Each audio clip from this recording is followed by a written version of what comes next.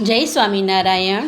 આજે આપણે મેદાના લોટમાંથી બનતી એવી રોટલી કે જેનાથી આપણે સ્પ્રિંગ રોલ બનાવવો હોય ત્યારે આ રોટલીનો ઉપયોગ કરવામાં આવે છે અને સાથે આપણે જુદી જુદી પ્રકારની ફ્રેન્કી બનાવવી હોય ત્યારે પણ આ રોટલીનો ઉપયોગ કરવામાં આવે છે અને તેને એક વખત બનાવી અને લોંગ ટાઈમ સુધી સ્ટોર પણ કરી શકીએ છીએ। તો ચાલો ટોટીલા બનાવવાની શરૂઆત કરીએ। અહીંયા આપણે મેદાનો લોટ લેવાનો છે। ઘરમાં રહેલી વાડકીના માપથી આપણે લોટ લેવાનો છે। લોટને આપણે ચારીને લઈ લેવાનો છે। એક વાડકી મેદાનો લોટ હોય તો અડધી વાડકી આપણે ઘઉંનો લોટ લેવાનો છે, અથવા તો એક વાડકી મેદો અને એક વાડકી ઘઉંનો લોટ પણ આપણે લઈ શકીએ છીએ, અથવા તો એકલા મેદાની પણ આપણે રોટલી બનાવી શકીએ છીએ। ત્યારબાદ આપણા સ્વાદ પ્રમાણે મીઠું અંદર એડ કરવાનું છે। 2 ટેબલ સ્પૂન તેલ અંદર એડ કરવાનું છે અને પાણીની મદદથી લોટને આપણે બાંધી લેવાનો છે।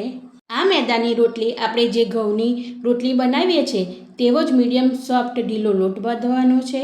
આ રીતનો લોટ બાંધીને તૈયાર કરી લેવાનો છે ને ઉપરથી થોડું 1 ચમચી તેલ અંદર એડ કરવાનું છે। તેલને લોટના ઉપરના ભાગમાં લગાવી અને એને 15 મિનિટ માટે લોટને ઢાંકીને રહેવા દઈશું। 15 મિનિટ બાદ લોટને આપણે ખોલીને કેળવી લેવાનો છે। ફ્રેન્કી બનાવવા માટે ફ્રેન્કીની રોટલીને આપણે અગાઉથી પણ બનાવીને રહેવા દઈ શકીએ છીએ। ત્યારબાદ આપણે લોટમાંથી આ રીતના ગુલ્લા કરી લેવાના છે। ફ્રેન્કી બનાવવા માટેની રોટલી આપણે જે નોર્મલ રોટલી હોય છે એનાથી થોડી મોટી કરવાની હોય છે। તેના માટે ગુલ્લાની સાઇઝ આપણે મોટી જ રાખીશું। રોટલી બનાવવા માટે આપણે જે ગુલ્લું હોય છે તેના પર અટામણ લગાવી અને રોટલી વણી લેવાની છે। તમને જો મારી આ ફ્રેન્કી બનાવવાની રેસીપી ગમે તો લાઈક અને શેર ચોક્કસ કરજો અને મને કોમેન્ટમાં પણ જણાવજો કે તમને મારી આ રીત કેવી લાગી। આ રીતની મોટી સાઇઝની રોટલી વણી લેવાની છે। આગળની પ્રોસેસમાં તવો ગરમ થાય એટલે અંદર આપણે જે રોટલી વણેલી છે તેને શેકવા માટે મૂકી દેવાની છે। આ ફ્રેન્કીની રોટલીને આપણે કાચી પાકી શેકવાની છે। તેના માટે ગેસની આંચને એકદમ સ્લો રાખીશું। રોટલી એક સાઈડથી થોડી શેકાય એટલે એને ફેરવી લેવાની છે। તે જ રીતે બીજી બાજુ પણ થોડી કાચી પાકી શેકાય એટલે રોટલીને આપણે કાઢી લેવાની છે।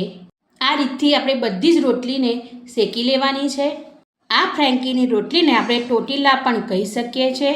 આ ટોટીલાને આપણે મહિનાઓ સુધી સ્ટોર પણ કરી શકીએ છીએ અને જ્યારે પણ ફ્રેન્કી બનાવી હોય ત્યારે આ ટોટીલાને કાઢી અને અંદર પૂરણ એડ કરી અને ફ્રેન્કી બનાવી શકીએ છીએ।